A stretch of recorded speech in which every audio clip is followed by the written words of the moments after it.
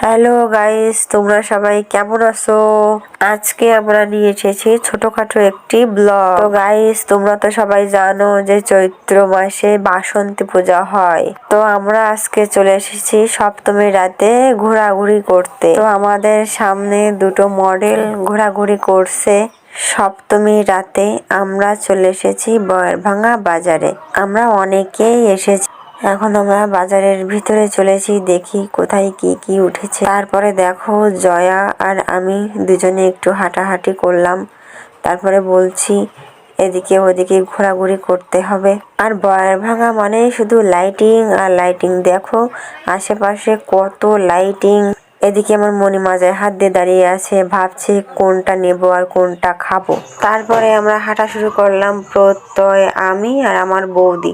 এই দেখুন আশেপাশে বাজারগুলো দেখুন, এখনো কিন্তু পরিপূর্ণ হয়নি, বাজার এখনো আসবে। এরপর আমরা সবাই চলে আসলাম মায়ের মন্দিরে মায়ের দর্শন পেতে। আর বয়ারভাঙ্গার প্রতিমাটা প্রত্যেক বছর খুব সুন্দর ভাবেতেই করে।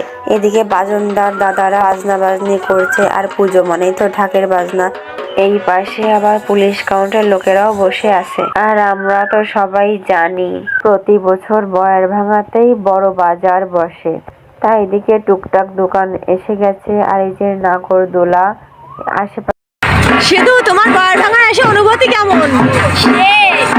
টুম্পা, তুমি প্লিজ বলো।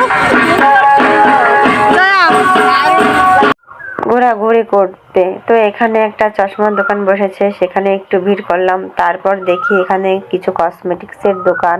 এখনো লাইট টাইট অন করিনি। এ পাশে দেখি কিছু লাইট জ্বলছে। তো এই জায়গায় দোকানের কাজ টুকটাক চলছে, এখনো কাজ শেষ হয়নি। তারপর আমরা একটু হেঁটে সামনের দিকে এগোলাম। তারপর দেখি এখানেও সে দোকানে কোনো লাইট টাইট নেই, শুধু দোকান সাজানো চলছে। তারপর আমার বোন বললো এদিক একটু নেল পালিশ দেখতে হবে। তা আমি বলছি দেখ কোনটা নিবি তুই। তারপর আমার বোন একটু নেল। আর সপ্তমী রাত বলে কথা, দোকানপাট তো আজ থেকেই সব কাজটা চলছে দেখুন। আর বাজার তো দশমীর রাতে, তারপরেও অনেক দোকান এসেছে, টুকটাক চোখে বাঁধলো।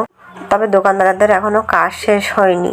তারপর দেখা দেখির পর আমরা সবাই হাঁটা শুরু করলাম। কারো কোনো কিছু পছন্দ হন, আমাদের পালা সবার ফুচকা খাওয়া। সবাই কিন্তু ফুচকার জন্য প্রস্তুত নিচ্ছে, আমাদের ছোট মাও কিন্তু ফুচকা। তারপরে আমরা চলে আসলাম ফুচকার দোকানে। এদিকে আবার এসে শুনি ফুচকার দোকানে আগুন, 7টা ফুচকা নাকি 30 টাকা। তাই শুনে আমার মনি বলে কারণ কি?